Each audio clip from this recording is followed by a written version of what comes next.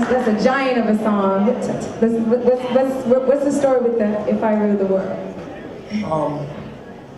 Just feeling like that, feeling like how the world is up against you, crazy, and you see so many people go through pain and ups and downs, and your family and friends, you know, and if you can change it, you know what I'm saying, it's, you know, you do that.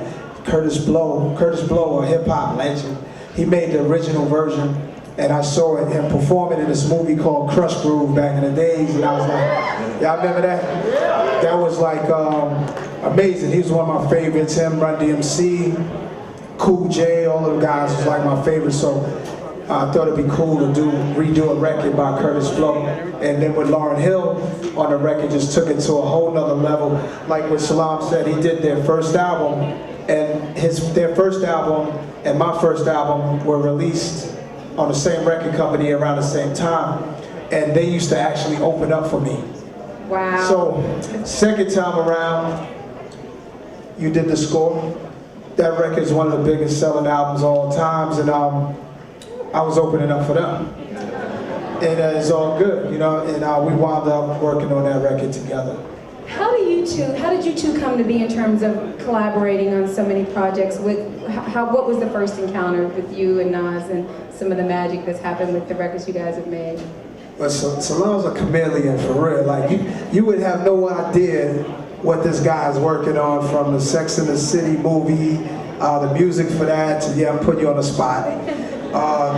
Sex and the City Part 2, he's doing the music, and Amy Winehouse, of course, just the homie, and he does so much stuff. But you know, we're both from Queens, New York, so we got that going. That we got memories of growing up there, around the same time and stuff like that, and music that was out in the 80s. It influenced him the same way it influenced me. So we had this bond, and I met him. I think I met you years ago in Columbia Records. Back in the day, they might have still been CBS, Columbia. CBS, yeah. Before Sony. Yeah, right after halftime, probably first time. Then Nas used to be in Red Zone. Actually, it's like, you know, we know the same people. So Akinelli, who was on his first debut song, Live at the Barbecue, went to junior high with me. So it was outside the Red Zone.